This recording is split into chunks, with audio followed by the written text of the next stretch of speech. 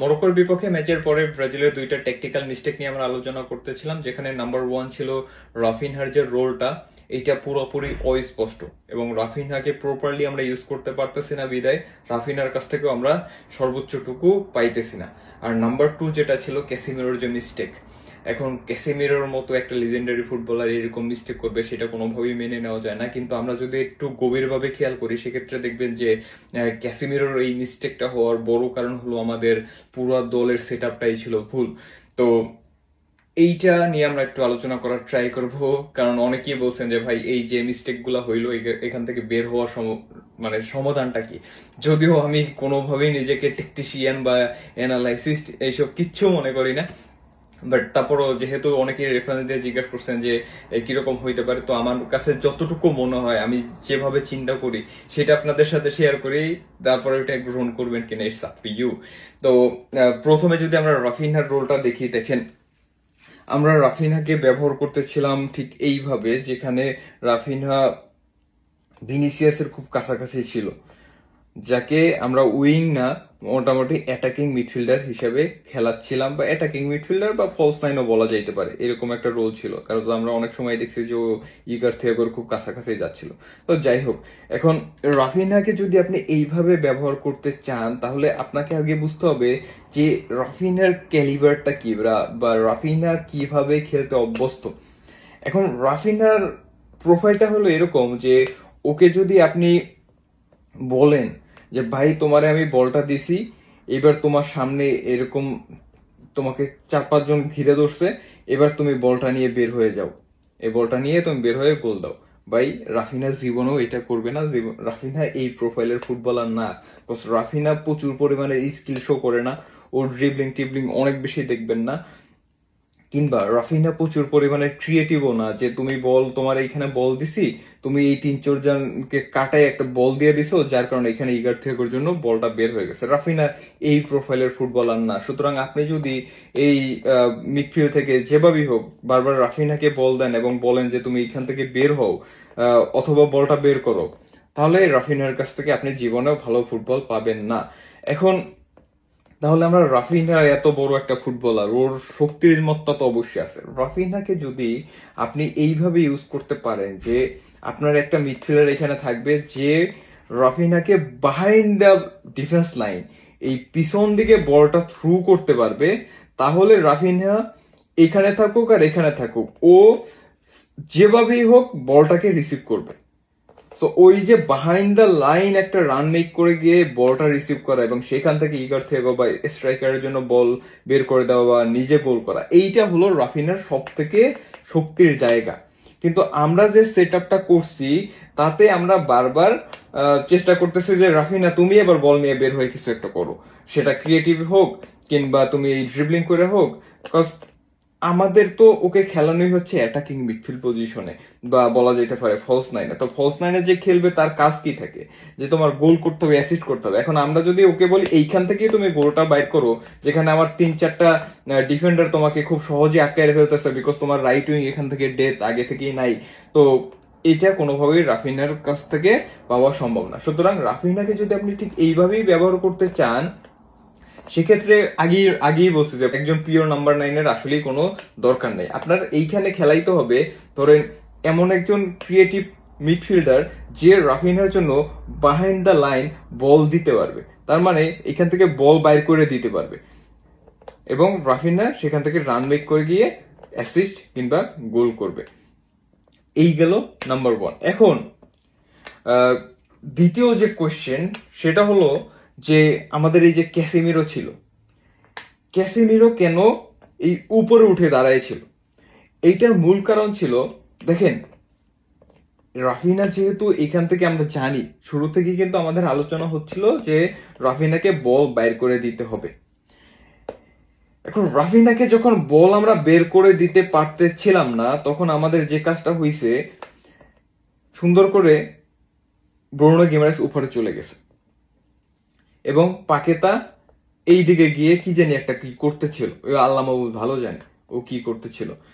তো এখন যেহেতু ব্রুনো গিমারেস অ্যাডভান্স 8 পজিশনে চলে গেছে কিংবা একজন ক্রিয়েটিভ মিডফিল্ডারের মতো অবস্থানে চলে গেছে, বিকজ রাফিনার জন্য বল বের হচ্ছিল না, আমাদের তো বল বের করতে হবে রাফিনাকে কিছু একটা দিতে গেলে। তো এখন এই যে মিডফিল্ড এরিয়াটা দেখেন, ক্যাসেমিরোর পুরো জোনটা হয়ে গেছে এক ক্যাসেমিরোর। তার উপরে ওদের তো মিডফিল্ডার কথা আর নাই বলি, মরক্কো যেভাবে মিডফিল্ডটাকে সাজাইছিল তাতে পুরো জোনটা হয়ে গেছে ক্যাসেমিরো একার। এখন আপনাকে যদি আমি প্রশ্ন করি, ক্যাসেমিরো কি আদৌ মিডফিল্ড কন্ট্রোল করার মতো একজন মিডফিল্ডার?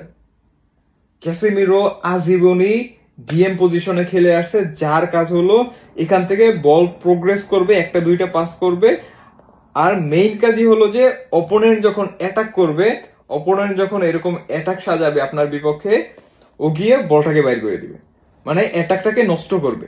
এর কাজ সেটাই। এখন আপনি যদি বলেন যে তুমি অ্যাটাকও নষ্ট করবা আবার তুমি মিডফিল্ডটা কন্ট্রোলও করবা, তাহলে তো দোটানায় পড়ে যাবে যে ভাই আমার উপরে থাকতে হবে নাকি নিচে থাকতে হবে। দেখুন ঠিক যখন আমরা এখানে বলটা হারাইছি, ক্যাসিমিরো তখন দোটানায় পড়ে গেছে যে ভাই আমার উপরে যেতে হবে নাকি নিচে যেতে হবে, এবং ঠিক মিডলে গিয়ে দাঁড়াইছিল, যার কারণে আমাদের ডিফেন্স পুরোপুরি ফাঁকা হয়ে যাচ্ছিল।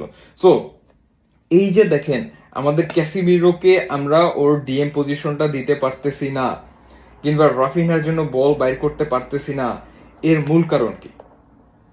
এর মূল কারণ হলো মিস্টার পাকেতা ওই ম্যাচটাতে একেবারে নাই হয়ে গেছে। তার ভিতরে যে ক্রিয়েটিভিটি ছিল সেইটা এই ম্যাচে কোনোভাবেই বের হয় নাই। কেন বের হয় নাই? আমরা তো দেখলাম পানামার বিপক্ষে উনি জটিল ফুটবল খেলছিল, দুর্দান্ত ক্রিয়েটিভ ফুটবল খেলছিল। এখন পাকেতা সাহেবের সমস্যাটা কি জানে? সমস্যা হলো যে এরে যদি আপনি স্পেস না দেন, ওই যদি আটকাই ফেলতে পারেন, তাইলে এমামা পকেটে চলে যায়। এই মামা যে কই যায় এ আপনি মনে হয় কার্লো অঞ্চলতেও আর খুঁজে পায় না, এমন পকেট হয়। তো এ যেহেতু স্পেস না পাইলে আর কিছু করতে পারে না, তখন বাধ্য হয়ে ব্রুনো গিমারেজের উপরে চলে যাইতে হয়। যখন আপনার এই পাকেতা পকেটে ঢুকে গেছে মানে নাই, তো এখন ব্রুনো গিমারেজ উপরে, রাফিনা উপরে, আর মিডফিল্ড পুরোপুরি আউট অফ কন্ট্রোল। ক্যাসিমিরোর একার জন্য ধরেন এরকম 3-4-5-6 জন এসে আটকাই ধরে। তো আপনি মিডফিল্ড থেকে যদি বল না বের হয়, এখন এই যে ব্রুনো গিমারেজ উপরে অ্যাডভান্স উঠে গেছে, আপনার কাছে মনে হইতে পারে যে ভাই আপনি যে সিস্টেমে বলছিলেন যে ব্রুনো গিমারেজ বল বাইর করে দিলে তো রাফিনার জন্য ভালো, কিন্তু এই ব্রুনো গিমারেজ পর্যন্ত বলটা তো প্রপারলি আসতে হবে। এখন এই বলটা আসার জন্য তো লোকই নেই, এখানে তো বলাই দিয়ে আটকাই ফেলছে, তারা তো আপনার এখান থেকে বল বাইরে করতে পারতেছে না। তার মানে বাধ্য হয়ে সবাই আল্লাহর রহমতে নিচে চলেই আসতে হইতেছে। আপনি উপরে যে ওই একটা অ্যাডভান্টেজ নিতে চাইতেছেন সেটা আর পারতেছেন না, আপনি বারবার কাউন্টার খাইতেছেন আর দৌড়ে দৌড়ে নিচে নামতেছেন, আবার উপরে যাইতেছেন, ক্যাসেমিরো আবার একা হয়ে যাইতেছে। এই হলো অবস্থা। এখন এখান থেকে সমাধান একটাই, আমাদের যদি এই নাম্বার 9টা আমরা না খেলাই, পাকেতাকে যদি আমরা খেলাই, পাকেতা তো লাগবে, কিছু করার নাই। এখন আমরা যদি পাকেতাকে খেলাই, রাফিনহার ভিনিসিয়াসকে উপরে খেলাই, এটা পাকেতা, এটা ব্রুনো গিমেরেজ, এটা ক্যাসেমিরো, তাহলে আমাদের এইখানে একটা নাম্বার 9-এর থেকে বেশি ইম্পর্টেন্ট একটা এমন মিডফিল্ডার যে রাফিনহার জন্য বলটা বের করে দিতে পারবে দাঁড়ায় রাফিনহার জন্য বলটা বের করে দিবে, ভিনিসিয়াসের জন্য বলটা বের করে দিবে। এবং যদি সে রাফিনাকে প্রপারলি বল দেয় বিহাইন্ড দ্য লাইন, তখন রাফিনা কিন্তু ওই যে বার্সেলোনাতে আমরা পেদ্রির পাস পাই, লোপেসের পাস পাই, গাভির পাস পাই, ওই যে পাসগুলো আসে তখন, কিংবা লামিন ইয়ামালের পাস পাই, তখন কিন্তু রাফিনা কার্যকারী হয়ে যায়। তখন রাফিনা বিহাইন্ড দ্য লাইন যে রানটা মেক করবে, সেখান থেকে আপনার গোল অপরচুনিটি ভিনিসিয়াসের জন্য বের হয়ে যাবে। কিন্তু আপনি যদি পাসটা দিয়ে এই প্লেয়ারটা উপরে চলে যায়, তাহলেও গোল করার অপরচুনিটি বাইরে যায়। এখন কথা হলো যে এই লোকটা কি হবে?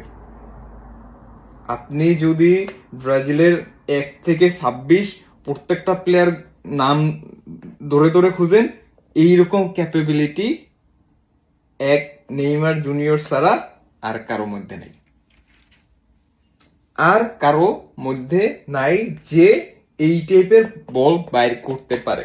ইয়েস, ম্যাথিউস কুনহা একটা option, but to be very honest, Matheus কুনহার আসলে ওই ক্রিয়েটিভিটিটা নাই যেটা আপনি চাইতেছেন, যে একজন প্রপার সলিড মিডফিল্ডার বা ক্রিয়েটিভ মিডফিল্ডার, ওই ক্যাপাবিলিটি আসলে ম্যাথিউস কুনহার নাই। ম্যাথিউস কুনহার কোন স্বভাবটা আছে, সে প্রেস করতে পারবে, আবার বলটা অনেকক্ষণ হোল্ড করতে পারে, বলটা ক্যারি করতে পারে, কিন্তু ওই যে বলটা বের করে দিয়ে রাফিনাকে বাহিন্দ দ্য লাইন একটা রান মেক করতে সুবিধা করে দিবে, যেটা রাফিনার সব থেকে স্ট্রং জোন, সেইটা আসলে নাই। তো এখন এই দলটাতে আলটিমেটলি নেইমারের প্রয়োজনীয়তা একেবারে স্পষ্ট।